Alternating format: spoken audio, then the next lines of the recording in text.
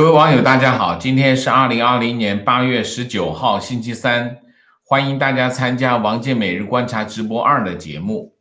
我们今天的题目是美国继续对香港出手，终止3项双边协定啊。那么这是一个美国国务院8月19号宣布暂停或者终止与香港签署的3项双边协定啊。那么下面就是这个国务院发言人这个奥特加斯的声明啊，我读一遍啊，其实就已经把这个新闻讲完了啊。中共采取严厉的措施，侵蚀了中英联合声明向英国和香港人民承诺的50年高度自治。川普总统已经明确表示，美国因此将以一国一制的方式对待香港，并制裁扼杀香港人民自由的个人。总统关于香港正常化的行政命令第13936号行政命令对北京的行动采取了一系列的回应，包括暂停和取消对香港的优惠待遇。作为持续实施措施的一部分，8月19号，美国国务院已经通知香港当局暂停或者终止3项双边协议。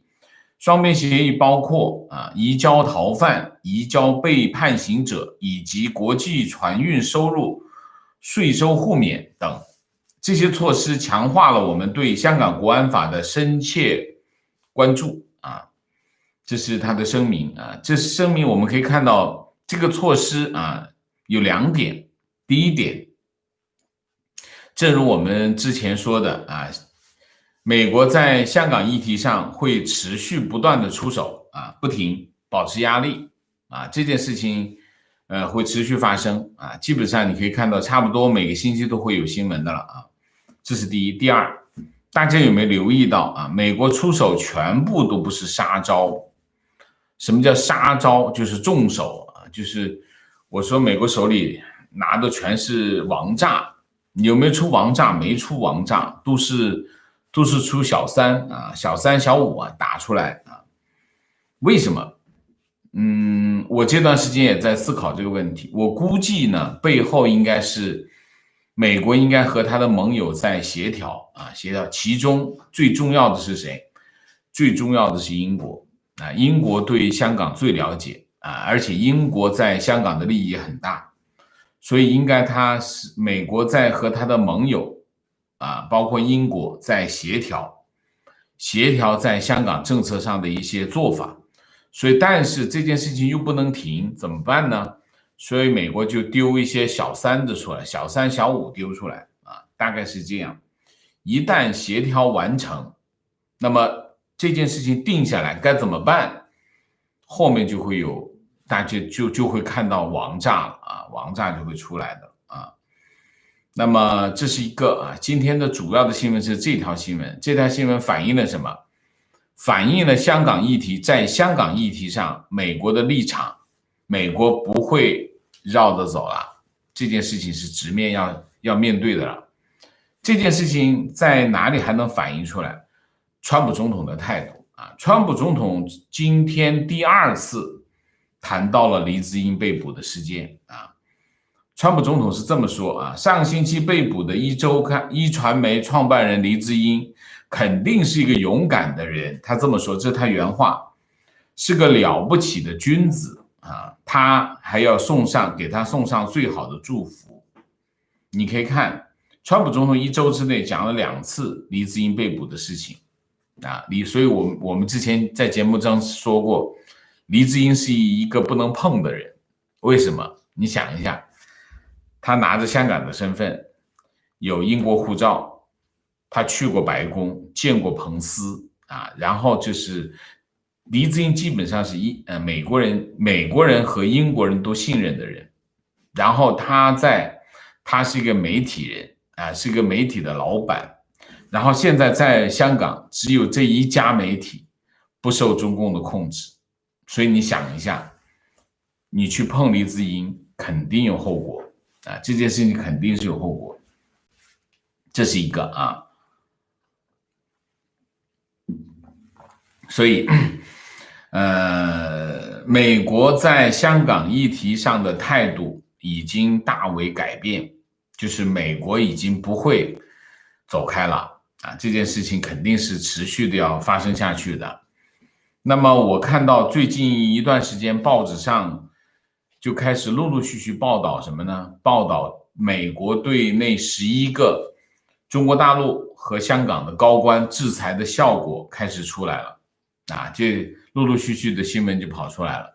这个警务处长说他的银行账号都给取消了，然后这个警务处长还有一个问题，他刚刚把这个他的豪宅的按揭转到了中国银行中银集团里面的一个不知道哪家啊，中银集团有好多家银行啊，那转到，但是实际上是没有用的啊，他的豪宅按揭应该出问题了。然后这个特首林郑月娥的银行账号应该都被取消了啊。那么现在的问题是，最大的问题是，他一个月有20多万的这个工资怎么发给他？那不知道怎么发给他，难道提落现金吗？我不知道啊。现在大家记住有2点，第一个，被美国政府制裁呢，是一件非常痛苦的事情啊，就是基本上你会被现代文明摒弃，你就会摒弃在现代文明以外，这是第一个。第二个，然后你会被其他的人啊，像瘟神一样躲着你啊，就这2个，被美国政府制裁，后果很严重啊，后果也很严重。然后这里面有一件事情，什么事情呢？就是关于中美高级别贸易谈判到底有没有被取消啊？现在美国白宫的幕僚长出来讲说没有取消，只是推迟，推迟到什么时候还不知道啊。那么应该是要往回兜一下，往回兜一下的原因是什么呢？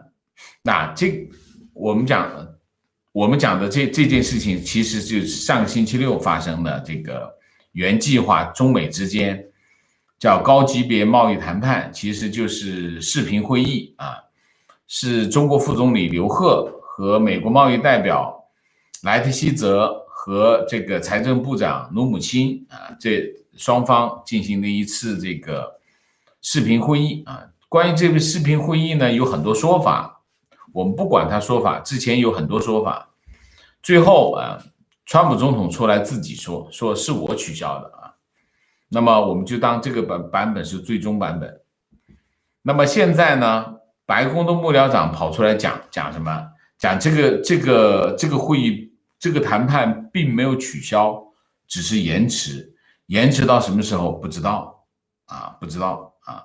那么现在的情况是什么？川普总统不想跟中国谈，这就是现在的情况就是这样。应该是什么？应该是白宫那边也不想把这个事情剪断，让他继续留着，这是白宫的态度啊，白宫的态度。他这幕僚长是怎么说的呢？他说现在还没有对这次会谈做出新的安排。莱特希泽在继续和中国讨论有关采购和落实协议的事情啊，这属于官方外交辞令了啊。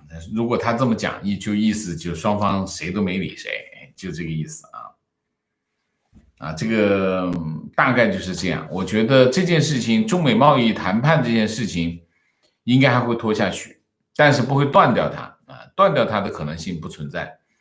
就是美国还会捏着这件事情，但是呢，不会展开新的谈判。这是第二件事情。第三件事情就是什么呢？民主党的党代会。民主党的党代会其实我就不大关心啊，但我关心的是什么呢？我最关心其实是拜登的中国政策啊，因为拜登很少讲他的中国政策。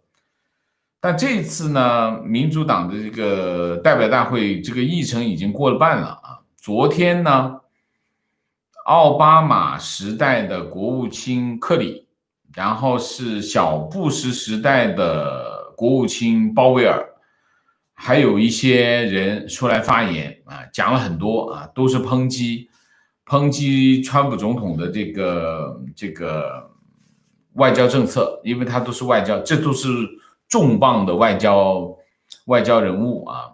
但是这些抨击这个川普总统的外交政策，抨击了很长时间，但是都没有碰什么呢？中国议题。这是让我有点意外的，因为这是一个很适合的场合啊，这是很适合的场合。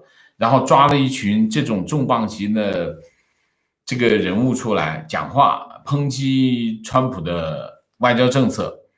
但是你抨击他的外交政策，你肯定要讲你的外交政策是什么。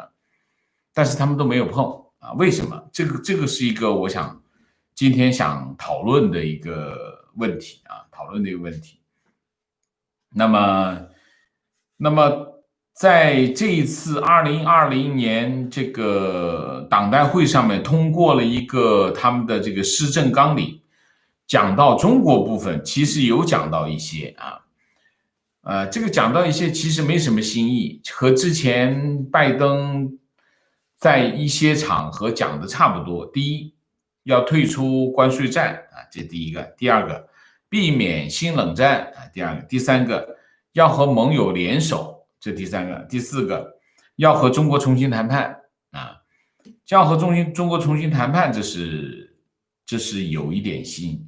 但是前面这两个，避免关税战，这个要避免退出关税战，避免新冷战呐，这个要和盟友联手，这个是之前这个拜登是谈过的啊。但是毫无疑问，你可以从这些字里行间可以看出来，民主党的这个对华政策的雏形啊，这还不能算对华政策，因为它没有一个正式的宣誓，我们只能通过这个来推测拜登的对华政策和川普总统完全是背道而驰啊。那为什么会是这样啊？什么原因啊？我其实是有点疑惑啊。那然后我这两天我也在考虑这个问题。有一个看法是什么看法呢？是为什么昨天的这些重磅级的这个外交人物都没有讲中国问题？看法一啊，是因为中国议题或者是外交议题，在美国选民不是美国选民最关心的议题啊，这是一个看法啊，一个看法。那么在美国总统的选举，历年的总统选举，美国的选民不关心国际事务啊，他们只关心安全问题、经济问题，外交问题是放在后面啊。这个所以呢，民主党知道这个议题没办法动员太多的选民，这是一个看法，这是看法一。那么看法二呢，看法二呢是什么呢？就是其实呢，虽然拜登和川普的这个对华政策有分歧，但是他们的基本的看法是一致的。什么叫基本的看法呢？就是要对抗，要反制啊，这对抗要跟中国进行对抗，要反制中国，这个基本看法是一致的。就是说，拜登也好，民主党也好，是知道的啊，现在中国对美国有威胁啊，那要反制中国，要和中国进行对抗啊，这是看法和川普总统是一致的啊，但是怎么对抗有区别啊，有区别，这是。那么，川普总统的对华政策最终目标，其实现在大家都不清楚，所有人都不清楚，因为他没讲过啊，他的所有的，包括他的主要的阁员，包括川普总统他自己，他也没有讲过他对华政策的终极目标是什么。那么有人说啊，有人理解蓬佩奥的讲话，认为他们追求的效果是什么？政权更迭。为什么？因为蓬佩奥讲我们要改变中共，中共无法改变啊，那么改变不了它的属性，那就改变它的地位，改变它的地位不就让它更迭嘛？这可能就是说我们能够最直接最接近一个政策目标的说法，就是蓬佩奥的这个说法，就是我们要改变中共啊，改变中共可能就是改变他的政权啊，这是一个最接近的。除了这个以外，你是没办法探测到目前川普政府他的对华政策的目标是什么。但是他们有2个是共同的，第一个就是要遏制对方，要阻止对方去对美国产生伤害，这个是没有问题的啊。那么这里面有一个私底下的说法，就是不是放到桌面上说的，私底下的说法就是，其实呢，拜登也好，民主党也好，其实是认同川普总统的做法，就是认同川普总统对华政策，但是大家在选总统，我不能肯定他，那怎么我只能批他？但是我批他呢，我又不能够反着说，那怎么办呢？我就不说总行吧，反正这个议题也不是太能够拉到选票，所以这是一个没有在台面上的说法，就是其实民主党也好，这个拜登也好，其实是认可私底下是认可川普总统的对华政策，就是我们必须跟他干到底，而且得狠狠的干。但是因为双方在竞争，在竞选，我总不能说他好吧？那怎么办？那我就不说我不说总行吧？那我不说，我同时我得批他对外政策、外交政策，大概是一个这种级别的问题啊。那么会不会是这样的？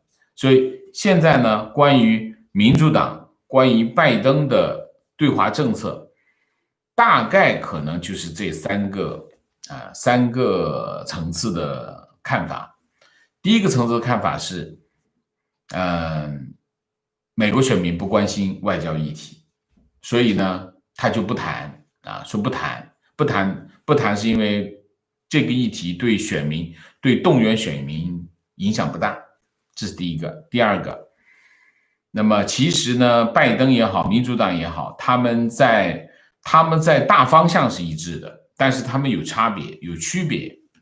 就是说，民主党也好，拜登也好，他们的对华政策跟这基本的底层的问题是一样的。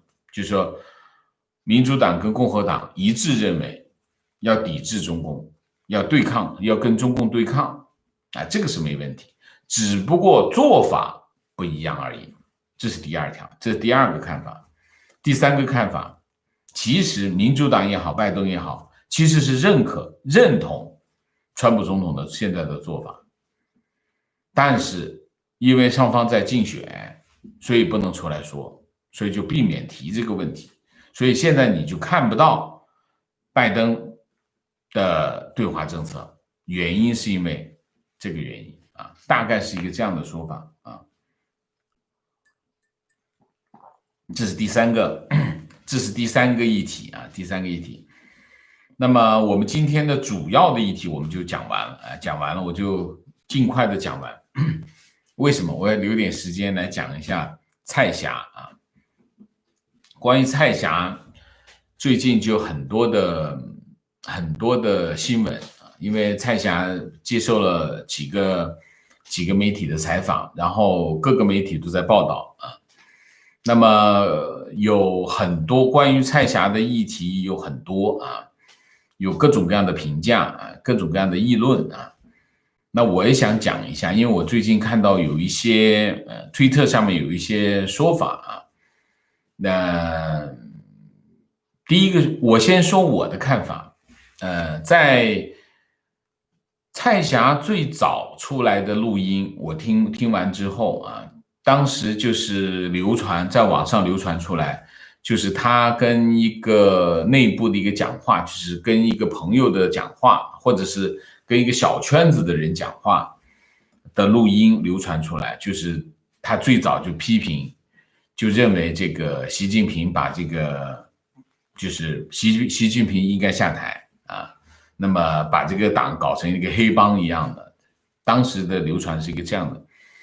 当时我听了这个录音之后，我觉得2点啊，当时的看法，第一点，他是中央党校的一个教授啊，他是体制内的人，这是第一点，这是我的看法。第二点，当然他对习近平的批评是从党内的角度去批评啊，就是站在共产党的角度去批评习近平破坏了这个党啊，就是让这个党就出现了一个问题啊，是从这个角度去批评。我当时的对蔡霞的看法是一个这样的看法，是基于当时的一个状况。那么随着后来蔡霞慢慢的就，你可以看得很清楚，他慢慢的已经脱离了中共的这个系统啊，然后你可以看到他对中共本身的批判啊，就越来越清晰啊，他的立场也越来越清晰，到最后是中共对他进行处分啊，他站出来啊，他最终是站出来表明他的立场。那我的看法也发生了变化啊，我经常讲的是什么？就是我们的看法是基于什么？我们基于事实啊，基于事实，就是说，当你看到的事实发生了变化的时候，我们的看法也应该发生变化，因为不同的事实应该有不同的看法。那现在我的看法有2点，第一点，我非常敬佩蔡霞的行动啊。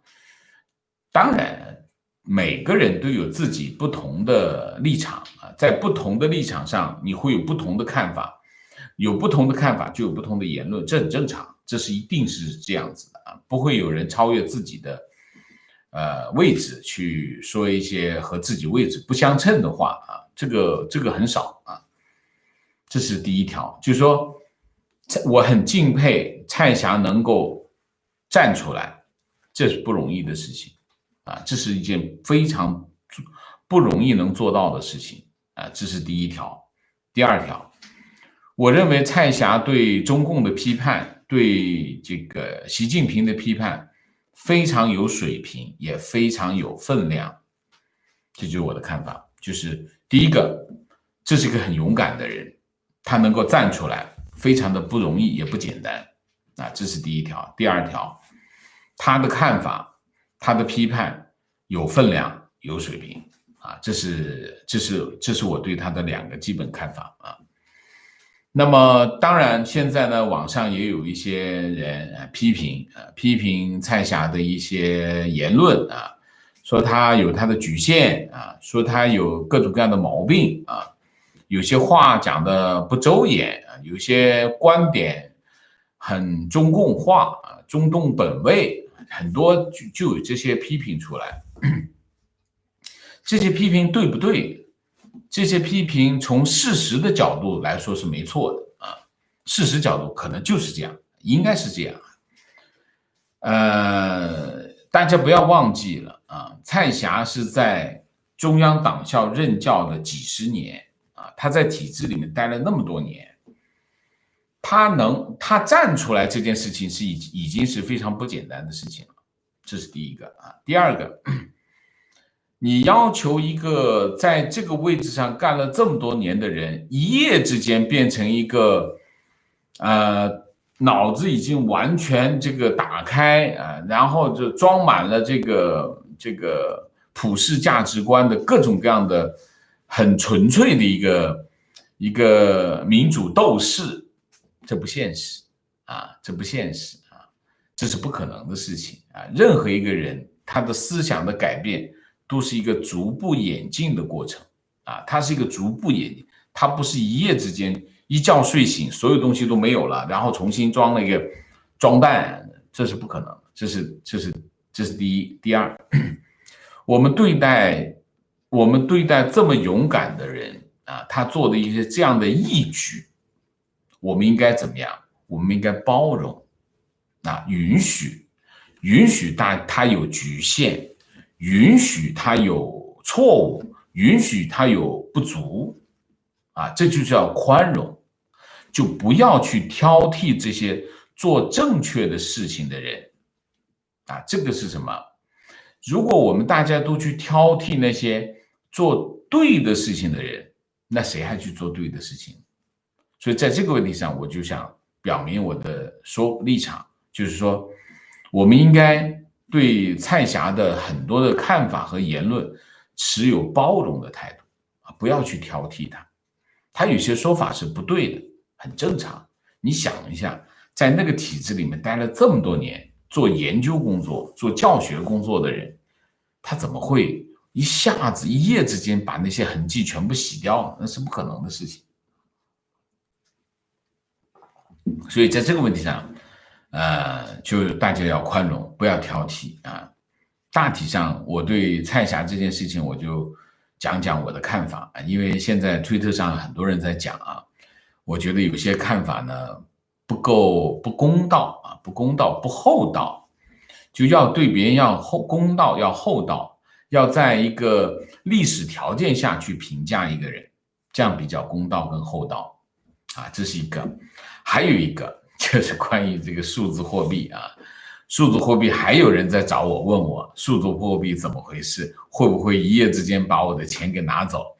然后还有一个就是昨天我今天上午还是昨天，有人说这个今日头条里面有一个新闻，我看这是什么？哎呀，我不知道搁哪儿了，搁这儿，说发了一个新闻，说这个不能够兑换。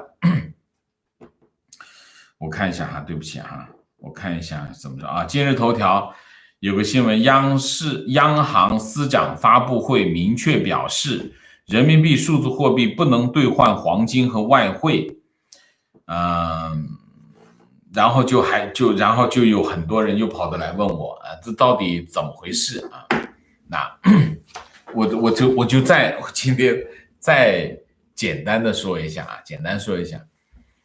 数字货币像什么？大家知道啊，大家知道水啊，水有3种形态啊，一种叫液态，一种叫气态，一种叫固态啊。冰就是固态，水蒸气就是气态，然后这个水啊，正常的水就是液态啊。那么它都是水，它的分子结构都是一样的，它只是不同的存在形式啊。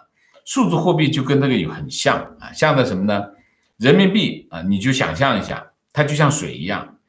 那么你现在的现钞是什么？现钞就是液态啊。那么这个在银行里面，你的钱放在银行里面的那个，我们叫数字化的银行系统，那就账上的钱，那叫固态啊。我们这个假设这个数字货币就是气态啊，但是呢，不管它是什么形态，它的属性是一样的，就是法定货币。法定货币的本质是什么？法定货币的本质就是购买，就是一个票据，就是你可以用这个钱去花。好了，所以呢，它的地位，它的法律地位和现钞和你银行账上的钱是一模一样的，没有任何区别。它唯一的区别是什么？它唯一的区别就是消费形式不一样啊。它消费形式它必须装在手机里面，必须存在于什么呢？它必须存在于数字货币钱包，就是数字钱包，它必须存在在那个里面，要么呢它就不能存在，它只能存在数字钱包里。比如说我把钱给你，你必须手机里有个数字钱包，我就把我的数字货币给你啊，转给你，我们手机碰一下，不在线都没关系，都能过。它就跟我们的口袋里的现钞票没有任何的区别，所以如果你能理解这件事情，你就知道今日头条这个新闻肯定是有问题的啊。为什么？只要你是法定货币，它受什么保护？它受法律保护，就是你用法定货币去支付的时候，如果对方拒绝接受你的货币，会怎么样？对方就违反什么？违反人民币法这是违法行为，这是个违法行为。所以这个司长讲的这个话肯定和这个标题没有关系，这个标题肯定是有问题的。因为你只要拿着数字货币，或者拿着现钞，或者你拿着这个我们叫什么这个支付宝或者是微信支付，你去付款去买黄金或者是买外汇，只要对方有货，他就必须卖给你。或者是人民银行现在规定，这个商业银行的门店外汇不能够卖太多，那他至少会卖1000块钱或者100块钱给你，不管你用的是什么货币形式，他都要卖给你。所以在这个问题上大家一定要明白，数字货币是什么？数字货币就是装在手机里面的现钞，大家记住这一条就行了。它只不过是存在手机里面，或者存在于电子钱包里面。如果不是存在电子钱包里面，它就不存在，它就没办法存在，它就必须回到银行账号上面去。好，这个问题解决了以后，剩下的问题就很简单。至于说现在市场上流传的各种各样的中共利用数字货币来做的那些动作，那你记住，现在的现钞或者是银行里的账上的钱，人民银行做得到的，他也做得到；人民银行做不到的，他现在也做不到，就这么简单。就是说，比如说，现在有外面说人民银行可以通过当局的中共可以利用你的数字货币改你数字货币里面的钱，让你变成没有钱，变成零把你钱拿走，可以吗？可以但是你现在银行账上的钱，它同样可以做到，不是因为它有数字货币它才能做到，而是它本来现在就已经能做到。所以我一直讲的就是这件事情，就是说大家记住我用数字货币，它会追踪我，它知道我花了多少钱，花在哪里，它会监控我。我还讲的那点，它不需要数字货币，它现在已经可以监控你，因为什么？这叫电子痕迹，只要你有电子痕迹，它就能监控你。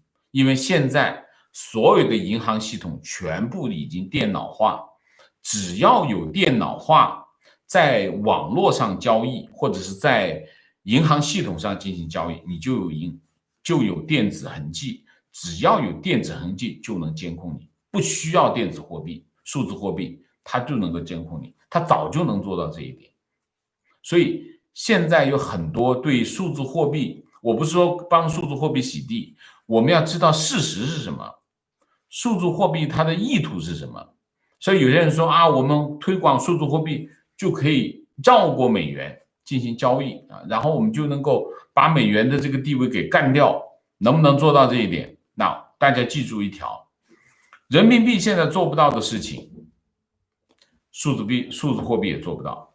为什么？很简单，如果你的汇率没有市场化，如果你的资本项目没有开放，你的数字货币也没有办法开放，没有办法开放，你就没办法替代美元。所以那想用数字货币把美元替换掉，那是痴心梦想。就是大家记住，只要人民币现钞做不到的事情，数字货币也做不到，这是常识。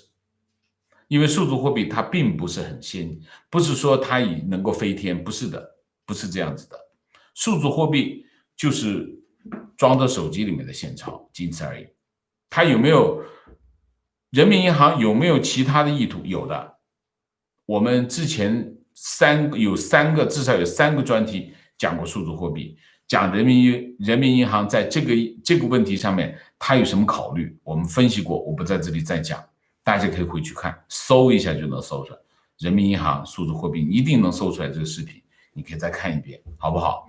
就是因为现在有很多的人在问这个问题，还是猴子变人，我们讲猴子变人的事情，好不好？好吧，那就是一个这样的事情。数字货币没那么厉害中共可以做的事情早就已经可以做到了，不必等数字货币，所以那不是数字货币的目标。在数字货币出来之前，那些事情他早就已经能做到了，好吧？好，我们今天的主题就讲到这里，我们下面就进入互动啊。进入互动之前，例行公事，请大家点赞，请新来的网友订阅，请大家加入我们的会员，支持我们做更好的节目。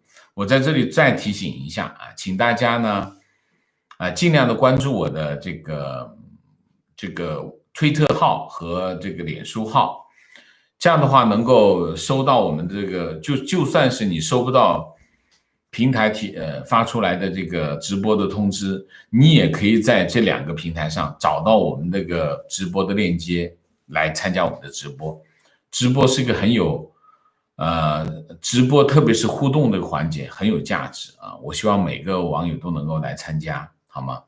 好，我们进入互动啊。进入互动之后呢，请大家不要聊天啊，尽量简洁，3个情况、问题、观点，好吗 ？OK。好，明谢一下啊 ，Mike 猪，谢谢。WLT， 谢谢。提问：王老师注意到最近有如下事件：一，蓬佩奥多次前往欧洲，殚精竭虑游说放弃华为，进度艰难。2，川政府早就承认瓜伊多制裁马杜罗，马杜罗却依然不倒啊，这第2。第3，美国退出 WHO 无人跟进。4，安理会刚刚否决延长伊朗武器禁运，连英国都弃权，基本上以上事实是否导出美国影响力下降的结论？好问题，非常好的一个观察这几件事情都是非常能够反映一些问题的啊。它反映的是什么呢？我觉得有2个问题。第一个问题就是美国和盟友的关系啊，美国的盟友的关系是在川普总统上台之后是受到了很大的影响啊。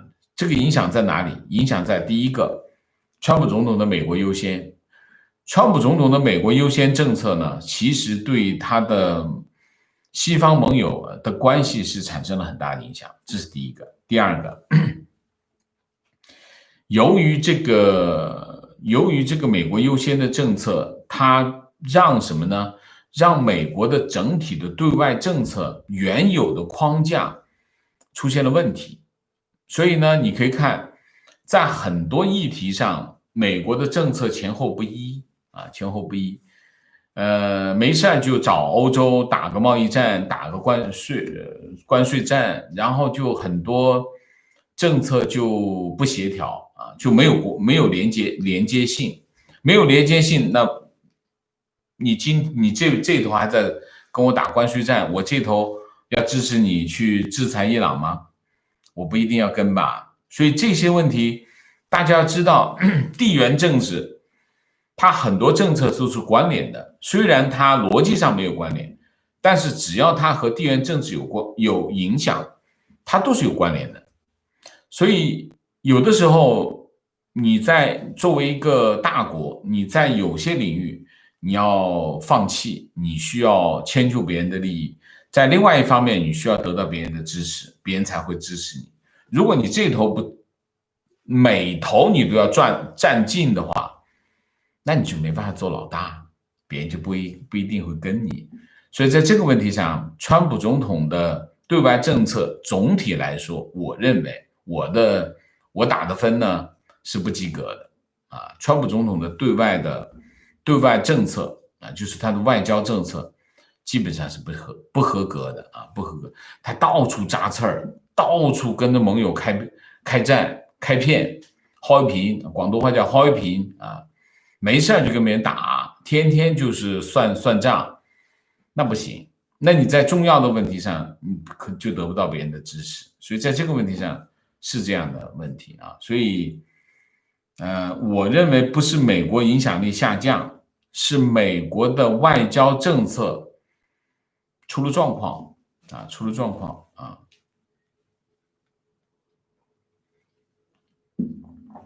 好，观点。我感觉不是美国的态度改变，而是随着大选的临近，川普慢慢的出牌了。越到大选，美国出牌力度越大。有道理。观点：黎智英是美国政府钦佩的人。上次他来美国时，美国政府有人问他需要什么帮助，他说不需要。但你们要反省，这么多年你们在中美关系上到底做了什么？铮铮铁骨，美国人虽然被骂了，可是佩服他。观点：民主党在奥巴马任期都把美国卖的差不多了。这个话你已经讲了好多遍了，好吗？不只是出卖给中国。川普今天记者会最后一句，如果不是因为上一任总统做得太差，他今天不会成为美国总统，他甚至不会参选，因为他很享受他之前的生活。这个话我觉得是没错的啊。我觉得他是大实话，川普参选的政治理念应该就是想要改正美国的左倾路线。OK。观点：我觉得王先生解释民主党的政策有误，我觉得更多的是建制派想继续奥巴马的对华政策。民主党内部分裂的非常厉害，对华政策也是一个大分歧，无论什么政策对团结党内都有影响。OK， 也许你是对的啊，也许我是错的，但是我觉得作为拜登这么一个有经验的政客，他不应该不知道潮流是什么，他也不应该不知道他应该做什么啊，所以我不觉得，就是说，实际上奥巴马的对华政策，我们现在看得很清楚，连我都看得清楚啊。你想想，美国政坛没有人看得清楚吗？那是不可能的事情。所以，民主党要延续奥巴马的政策，我觉得这是不可能的事情啊，除非这个人傻到了一定的程度。如果这个人傻到那个程度的话，他能成为美国总统候选人，我是不相信啊。所以在这个问题上，我也不同意你的意见啊。情况：北美4大会计事务所供职，公司早上发了通知，公司办公软件将不会在华为、中兴的手机上运行，华为和中兴的终端将不会有权限进入公司的数据和资料。原来可以通过 VPN 进入，美国的制裁真的无孔不入，非常正确啊！大家一定要知道。但那是我印象中那次，当华为被列入实体清单的时候，那一家叫什么？英国的那家公司叫 ARM，ARM 当天电话不接，邮件不接，邮件连打开都不能打开。所以是很厉害的，大家千万不要小看美国的制裁，美国制裁是很厉害的啊！为什么？大家知道为什么美国制裁会这么厉害吗？那你要知道，对于一个商业机构来说，最大的风险是什么？最大的风险就是打官司，因为你一打官司，你不知道输赢啊！你官司一打起来，你有可能输，有可能赢。这一次输一场官司，可能这家公司就破产了。所以呢，政治风险对于一个商业机构来说，那是不可承担的。所以呢，基本上你一看政府有东西出来啊，政府有东西出来，所有的公司它的这个合规部门马上就要研究哪些地方可能碰到问题，拿一条列出来，然后就去出新的规则。马上可能出现风险的地方全部都会规避，这就是一家商业机构。所以它为什么厉害？厉害在哪里？厉害就在这里。而且美国的这些政府部门跟这些商业机构打起官司来根本就不手软。你想一下，大家都赔多少钱？几十亿美金的赔。所以它为什么厉害？厉害就厉害在这里啊。提问：8月18号，民主党代表大会进入第2天，组织者提前放出的节选片段中，前国务卿、前美军参谋长联席会议主席、共和党人科林·鲍威尔称，他支持拜登竞选美国总统。CNN 说，鲍威尔赞扬了拜登的价值观。请王先生分析像鲍威尔这样的名人背书和跨党派的支持对川普的选情有多大的影响？还有一个谁啊？还有一个就是上次这个金里奇的太太吧，是金里奇还是谁？我想一想，也出来支持拜登。会有影响吗？当然会有影响，一定会有影响。但问题是，大选就是这样，就是你没办法得到党内所有的人的支持，那么有些人就会离开你。那离开你的人可能就跑到对面去，跑到对面去就变成你的负数啊。这是大选中经常发生的事情啊，所以并不意外啊，也不是很罕见、很普通的一件事情。但是它会不会影响？有影响，但是有没有那么大的影响？也不会必有那么大的影响啊。观点：在美国的华人普遍都恨中共，都深刻的认识中共的邪恶，都非常急切的要消灭中共。我本人也一样。但是有一个根本的问题，我们生活在美国，我们关心中国，关心自己的同胞，但是我们不能仅仅关心中国事务，而忘记了自己是美国的一份子。我们不能因为自己的目标和任务而忽略了美国人的 interest。很多人利益啊，很多人生活在美国，但是并不把自己当美国人，本质还是华人。如果我们站在美国人、美国选民的立场上去看大选，我们会看得更通透，非常正确。首先是一个美国人啊，首先是个美国人。提问：蔡霞作为中央党校的教授，突然之间出现一段这样的录音，非常值得怀疑。难道作为一名教授，他突然才发现这是一个黑帮？那为什么2018年修宪的时候不出来讲话呢？这个话呢，就讲的有点太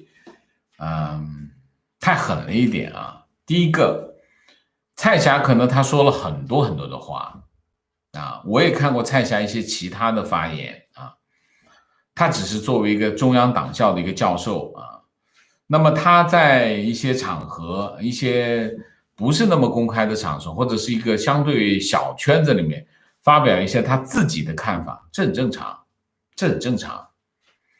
他不是一个公众人物，蔡霞一直就不是一个公众人物，他现在才是个公众人物，因为他站出来了。在此之前，他只是一个中央党校的教授，你要求他什么？你怎么能要求他这个呢？所以这个值得怀疑。你怀疑他什么呢？你说怀疑他意图，他无所图啊，他现在是个退休的教授啊，他没有什么可图的呀，他图什么？所以在这个问题上，我不知道。当然，中国人很喜欢怀疑，因为他生活在谎言当中。所有的中国人比全世界任何一个人都更有怀疑的心态，这个很正常，我觉得也理解。但是问题是在蔡霞这件事情上，他第一，他不是个公众人物，他只是一个教授，他私下讲的话被流传出去了，他一下子被关注了，他不是突然一下发现的。他觉得他的看法，我不知道他有什么看法，但是他不会突然一夜之间有这样的想法。但是这个过程是这样，没有人知道。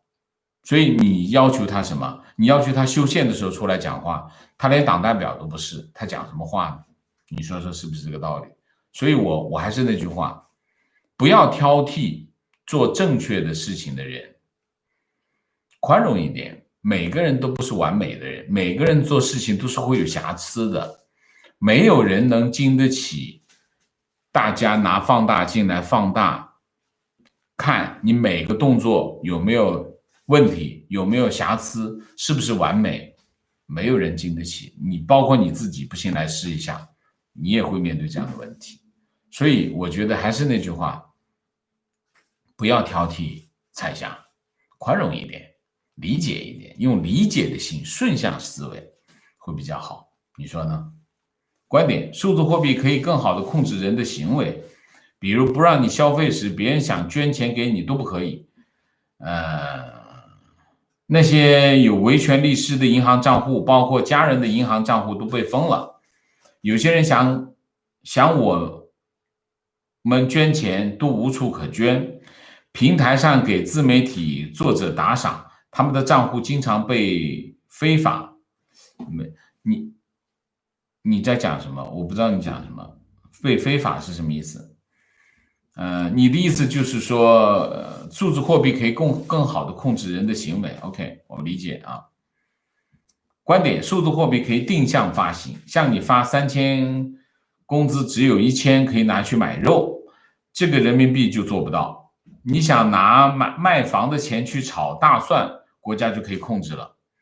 数字货币可以完全控制到控制者、持有者购买的品种、数量等等。人民银行的监管会更强，甚至控制到票证时代。我不同意我不同意。数字货币没有这样的功能，没有这样的功能。数字货币只是装在手机里的现钞而已啊，它没有你说的这种功能。有这种功能的话，它必须另外再开发，啊，这是大家的想象。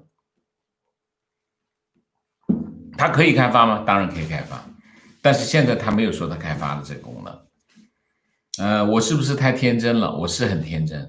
但是我实事求是，就是没有发生的事情，我不能说它已经发生了，它可能发生，你可以说它可能发生，但它并没有发生，它有可能会发生。所以有可能发生和已经发生或者正在发生，这是完全不同的事情，好吗？如果你要这样去想象的话，你可以写本书，对吗？可以继续写，往下把各个细节全写出来，但是那是没有发生的，是你想象的，那就是你想象啊。观点：数字货币有很多功能，现金做不到。我就想存钱少花钱，数字货币就不行。人民银行设有期限，你不花掉都不行。比如你账上的钱有部分期限是3个月，3个月之内必须花掉，好刺激消费，支持经济，这是不对的，没有这样的功能啊，这是不对的。你兜里的现金有期限吗？不会有期限的。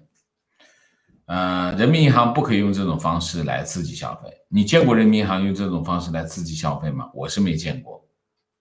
我没有见到一个国家，任何一个国家有用这种方式来刺激消费啊，我没有见过。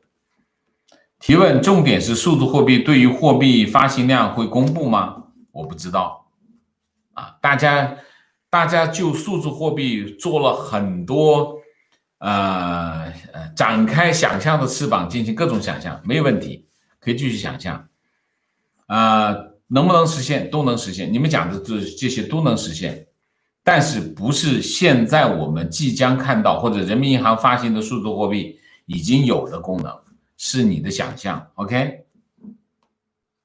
所以这个至于说它的发行量，那你记住人民银行的现钞的发行量它是每定期公布， M0 是定期公布的。你说它可以造假吗？一样可以造假啊，它可以不公布真实的数据啊。那么数字货币可以干这种事情，可以干这种事情。那么是不是说明数字货币不是专门拿来造假的，对吧？因为它原有的方式就可以造假，但是它为什么要造假？想一下，你做每个动作都是有原因的嘛，对不对？他故意要把自己的桌子，你要知道这个国家中共拥有这个国家，控制这个国家，吃这个国家，他不会把这个桌子掀翻掉，因为这个上面的菜都是他的菜呀。你想一下是不是？我经常讲一句话叫他没憋住是回事，他如果能憋得住的话，他不会在吃饭的地方拉屎，对吗？你说呢？观点：老百姓没权没地位，强迫他们必须使用数字货币交易，他们无法反抗。这件事可以做到，但官员总能找到缺口。即使在毛的时代和现在的朝鲜，权贵阶层也照样可以购买全球的奢侈品。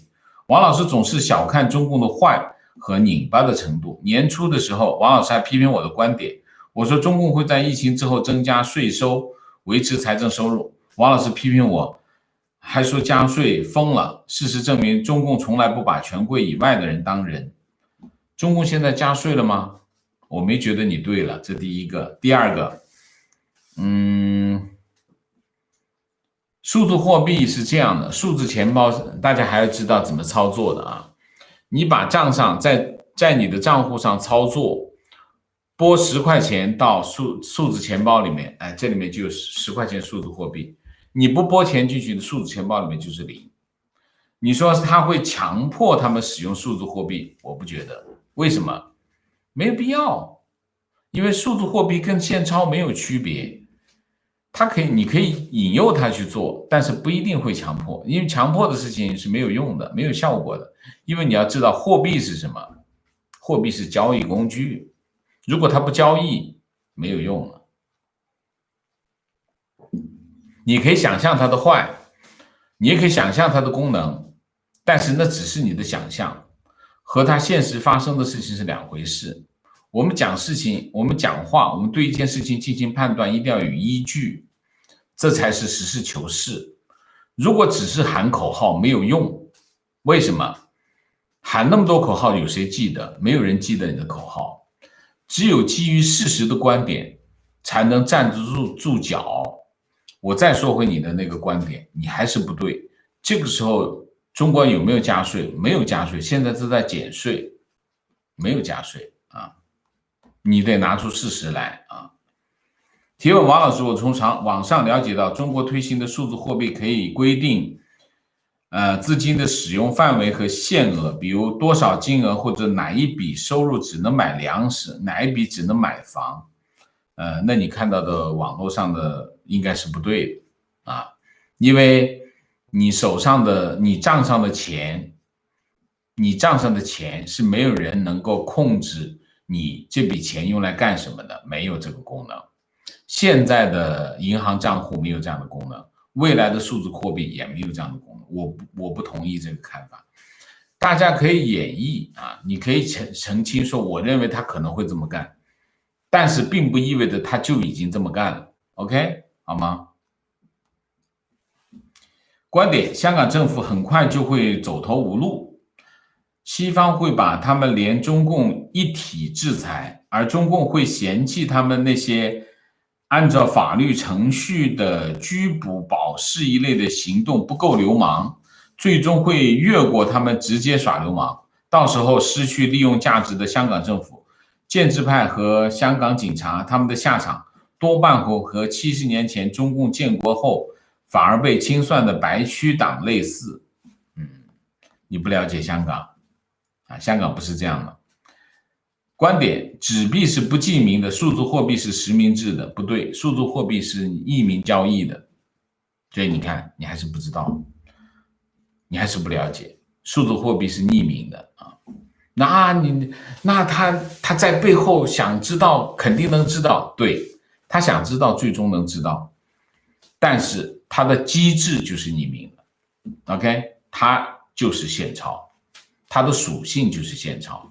那你说啊，中共其实他背后他会知道你，那是另外一件事，那是他在做坏事啊。观点：王老师总说川普推行美国优先，不让利给盟友，问题是通过让利拉拢来的盟友并没有意义，尤其是在中国问题上，因为相同的利益走到一起形成的同盟才有意义啊。相同的利益，你不是在讲相同的利益吗？怎么又没有意义了呢？你前后矛盾呢？观点：川普的女婿应该是个很厉害的人物。以色列在与其周边国家的关系，在以往的历史上都是以土地换和平的。现如今，以色列和阿联酋之所以建立正常的外交关系，算是以和平换和平。川普女婿应该是促成这件事情的核心人物。王老师可否专门做一期关于川普女婿的节目呢？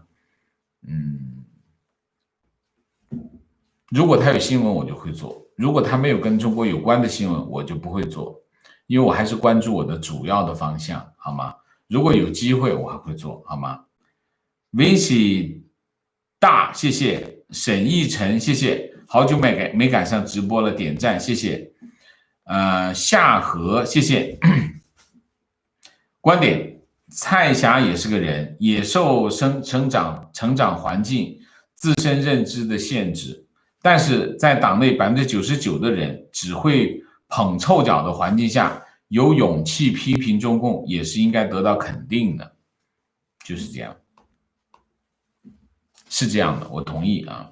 观点，无论蔡霞的目的如何，他目前做的一件事情是勇敢且非常有象征意义的，这就已经足够值得褒扬。至于他个人品格如何，不熟悉他的人不可能做判断，也没有必要。攻击和邪恶割裂的那些人到底是些什么人，是什么居心，我不知道。但是呢，我就觉得，我还是那句话，我们还是尽量的与人为善对蔡霞是如此，对批评蔡霞的人也是如此。我也不觉得批评蔡霞的人就一定有恶意，也不一定啊。我只是说，我们在这个问题上，大家尽量的不要挑剔别人，不要要求别人完美，没有人是完美的，包括我自己，包括你自己，好吗 ？Iris check， 谢谢。好，我们今天的节目就到这里，感谢大家的参与，我们下个节目再见。再见之前，请大家点赞，请新来的网友订阅，请大家加入我们的会员，支持我们做更好的节目，做更好的自己。谢谢大家，谢谢。